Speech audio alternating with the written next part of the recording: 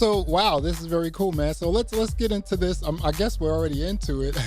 So let everyone know who you are. What is it that you do at KRK Music, and how can people get in contact with you, KRK Music, everything. Yeah, so I'm Sterling Doak. I'm the director of marketing at Gibson Brands. So I'm primarily responsible for the Gibson portfolio, of which KRK is definitely a huge piece of that. So I can be found. You can find me very easily online. You can find me through LinkedIn. KRKmusic.com is obviously the website where you can see all the products. We've got a great YouTube channel that's KRK Systems, and I would advise everybody to subscribe to that.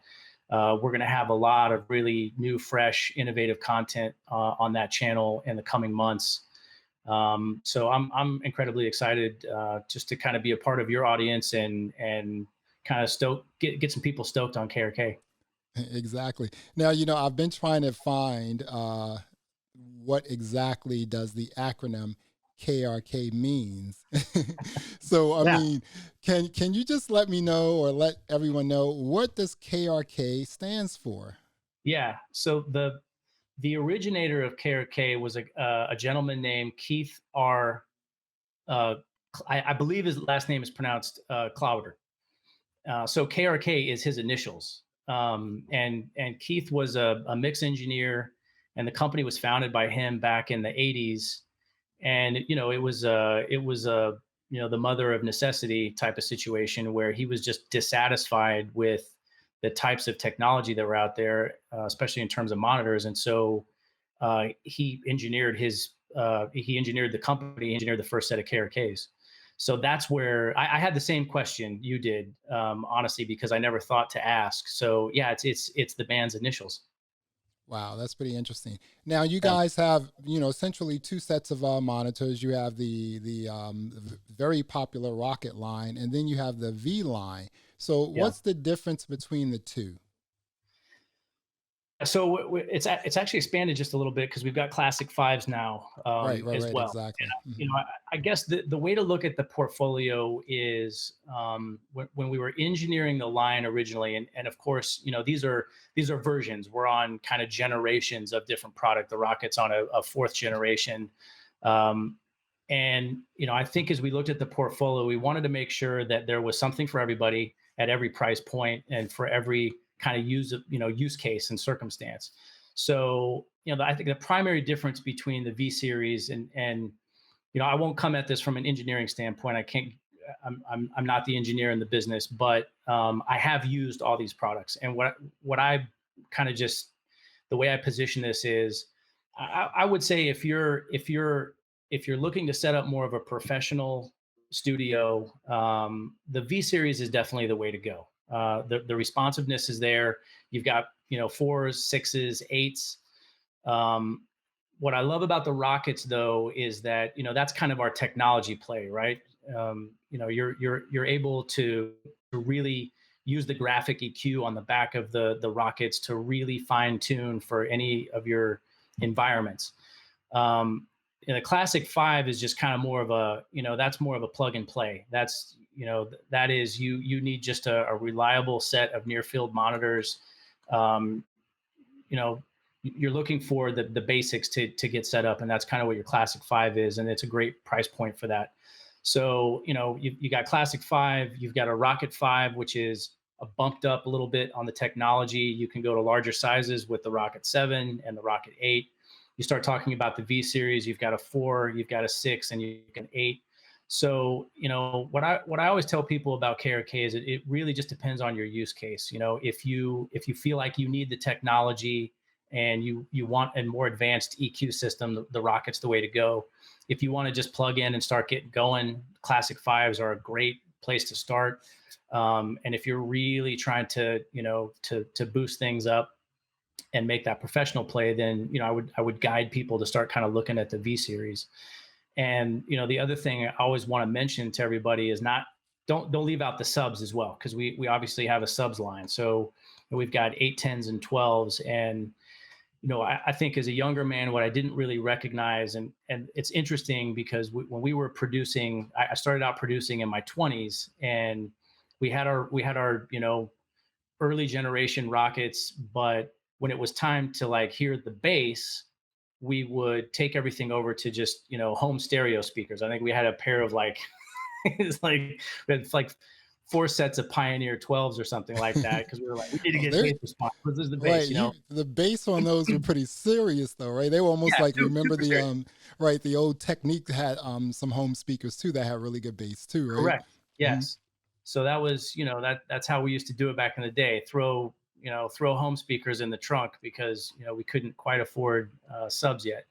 But what I really didn't recognize is the power of having a professional sub in the studio. So now I'm pushing my V Series sixes, and I've got an 8-inch sub, and it's like going from black and white into color sometimes. You're missing out on a whole dynamic range when you don't have that bass path covered. So I always want to kind of stress as well that it's always good. You're gonna need to monitor and get flat response out of your monitors to get a clean mix, but don't leave the bass out. You got to have the bass as well. And um, our baseline is unbelievable, and we're getting ready to refresh that line as well. So we've got new 8s, new 10s, and new 12s coming out with a little better response and a little bit of a different packaging. So I'm really excited about those as well. So we'll mark that as another one that we need to get over to you, because I'd be really interested to hear your thoughts on our subs. Do you have any of our subs right now? Are you? I don't have any subs, not KRK subs. I do have some QSC subs, but those are basically party speakers. Subs are very interesting if you know how to use them. Not a lot of people know how to hook them up, know how to use them. And I must admit, I've never had a sub in my recording studio. So this Yeah. is, if I am able to like receive a sub, I'm Yeah. definitely going to be interested in seeing how does that work in my space, because I have a small space and I do have a good bass response from my monitors, and obviously the KRK Rockets have a really good bass response. But I want to see what that extra sort of like kick on like a sub, Yeah. how that would work with my studio monitors. Let me ask you a question, right? So KRK, you have this like the yellow iconic sort of Yep. woofer, and now you have the tweeter as well. Like how did that come about? Because that's Kevlar, and Yes. the first thing I think of when I hear Kevlar is Kevlar military, right? I Yeah. mean, Right. I first Yeah. heard of Kevlar, during I think Desert Storm or something like that. So Yeah. what sort of R&D was put into thinking about, hey, Kevlar is actually going to be a great material to use in studio monitors?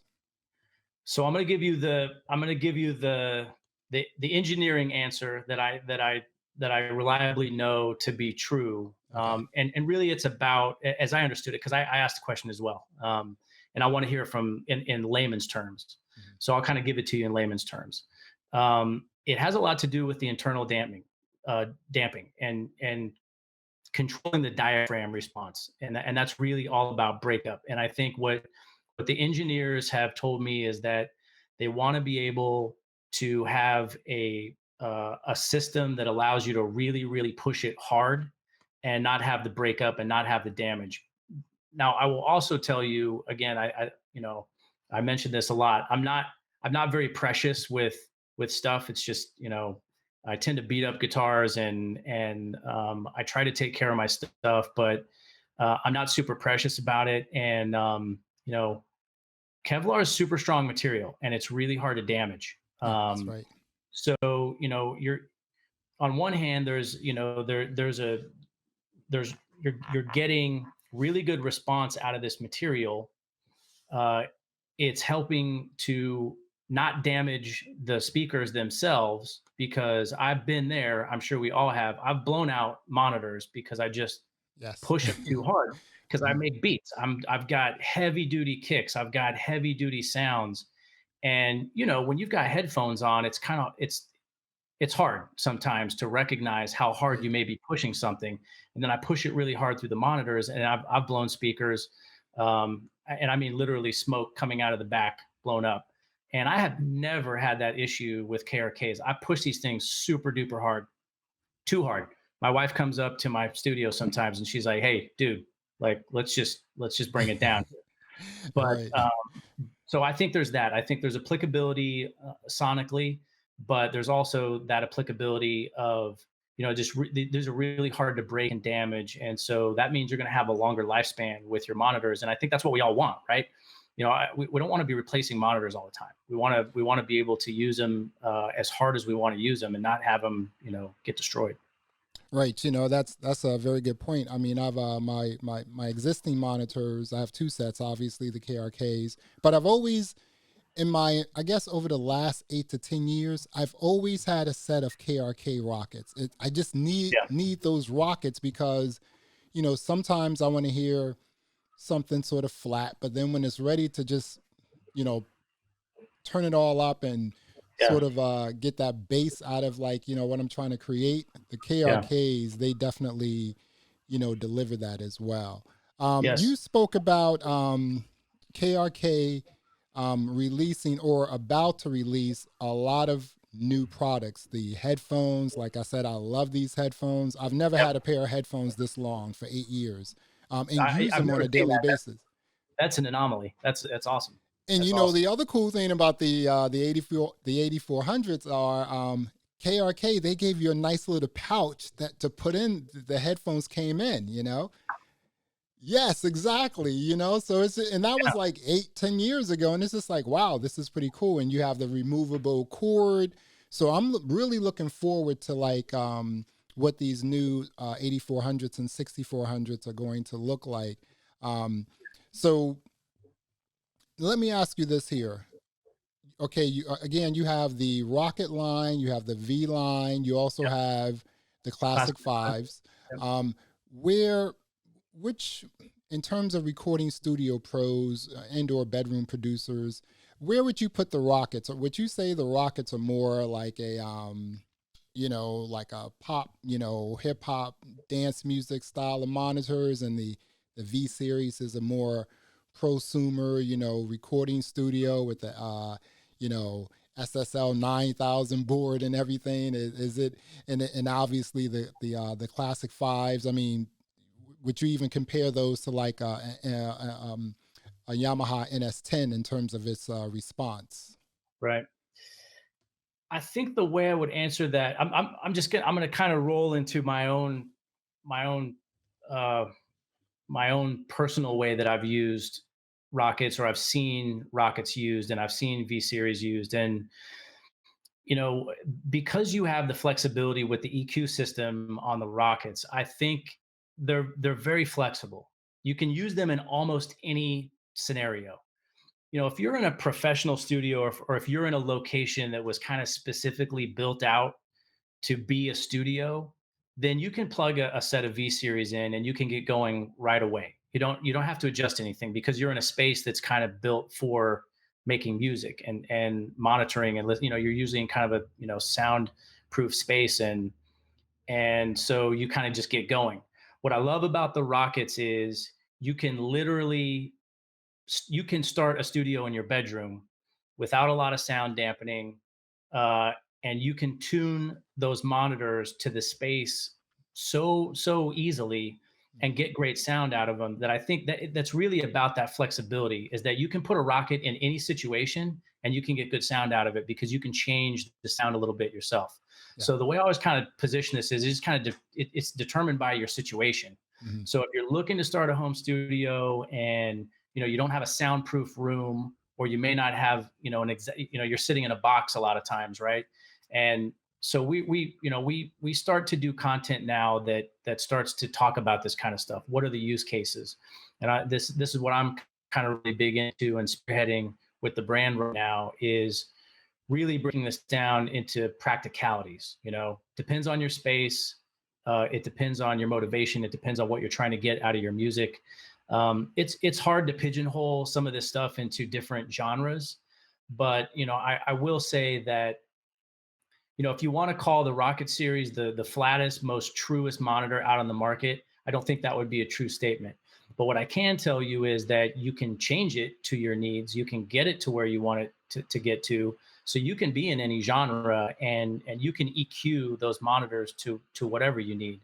Um, and to your point earlier, I think across the board with KRKs, there's just a, I know we don't like this word coloration, and we're looking for, kind of the mythical unicorn flat sound. But if you've got a set of monitors that's not giving you some personality and a feeling of kind of being at home with what you're listening to, if you constantly feel like you're struggling with your mixes, um, anybody I've ever talked to that's used KRK, myself included, and many of the artists that we work with always ask this question, and it always kind of comes back to the same answer, which is they just find them easy to use, and they find them very reliable. And I Yeah. think that's the most important point. I've certainly had monitors that I've bought where I can't put my finger on it, but I'm just not liking what I'm hearing. Mhm. And I'm okay right here. I'm okay in between my ears. I'm okay. I know what I'm doing, but I'm just not getting the response. And then the first time I plugged these V6s in, and was working in the middle of a project with some friends, and I went from a different set of monitors to these, it was almost like, oh, yeah, okay, all right. There's some juice here now. There's some personality. So our engineers, I think, are just they do a fantastic job in recognizing that it's not a race to be the flattest, but it's a race to kind of build the best technology for the use case. So that's why you have these three different, that's why you have these three different series, because it just really depends on what you're trying to get out of your music and where you're actually doing that work. I think it makes a lot of sense. You have the V line, the Rockets, and the Classic Fives. I'm really interested in checking out the Classic Fives, but in my opinion, the two most underrated products that KRK has are the 8400 headphones and the Rocket 10s. No one Yes, speaks about the yes, Rocket 10s. I mean, yeah, that's a tri-amp. I mean, I've had them once. I yeah, reviewed them once, and I was like, wow, these are super duper bassy, yeah. loud. Bang. Yeah, they bang, and you really need and the reason why they didn't work in my application is because I just didn't have the space. I love how they sound. They Right. kind of did Yeah. everything, with the tri-amp. I was able to just dial in everything. How's that line doing, the tens, the Rocket tens? The tins do well, and you're right. There's a very specific application there. If you try to stick some rocket tins into a home studio, that's going to be overkill. Right. You don't have you don't have the space. You Right. know, you're you're just not you're not doing justice by not having the space. Mhm. So what we have seen is, yeah, for a midfield, if you're in a professional recording environment, that's kind of those are the go-tos for those kind Right. of bigger studios that need the midfields.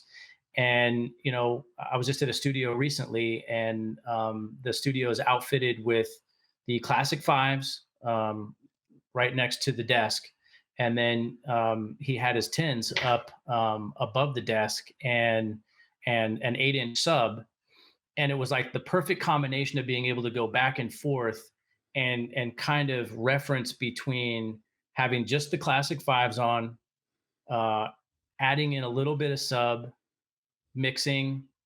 Okay, cool. Shut all that down. Go to the tens and get a different perspective, and you can definitely hear the difference. Right. But it was just interesting for that. That's the first time I'd ever seen anybody kind of going, between those two worlds.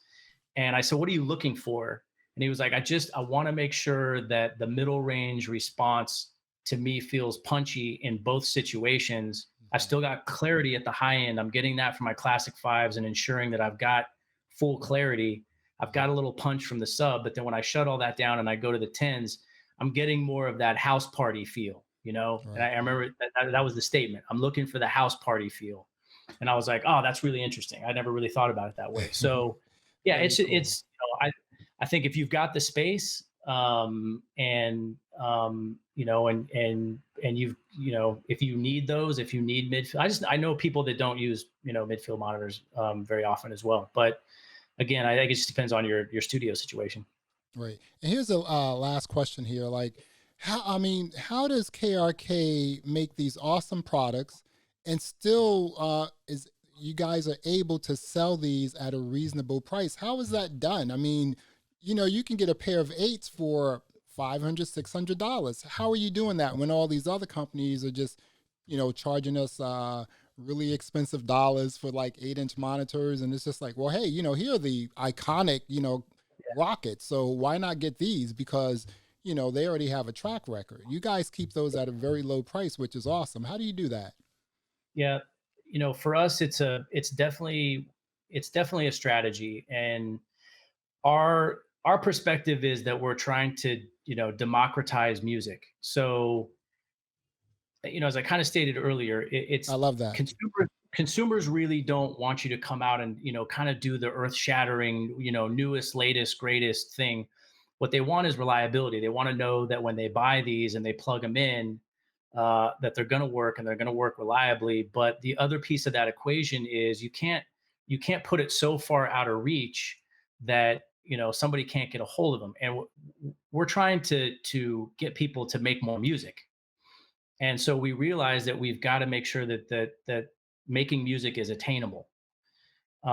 So it's a strategy for us to maintain not only the quality standards but the price standards to ensure that anybody can get into a set of monitors immediately, and that you can find something in the line that is appropriate for your situation. That's definitely that is at the forefront of our strategy every day. Well, that is pretty awesome. I really appreciate that in terms of like what KRK does. I love that strategy, which is probably why, again, you guys are such an iconic brand. And, Yeah. you see KRKs all over the place. So, Yeah. Sterling, it was really cool chatting with you. Let everyone know how they can, check out KRK Music and where they can find awesome products from KRK. Yeah, absolutely. Go to krkmusic.com. That's the site. Subscribe to us on YouTube. We've got our channel there. And if you look for KRK Music on Instagram or Facebook or Twitter, we're there as well. Just go follow our account. That's where we're going to have the most up-to-date information on artists that are using KRK and new advancements in our technology, and cool conversations like this. This has been great that you invited me to come have. I'm an audio nerd, so I love talking about this stuff. So this was a lot of fun. Well, I really appreciate you coming by and having a chat with us. Absolutely. So, again, thank you. Thank you very much. Appreciate it.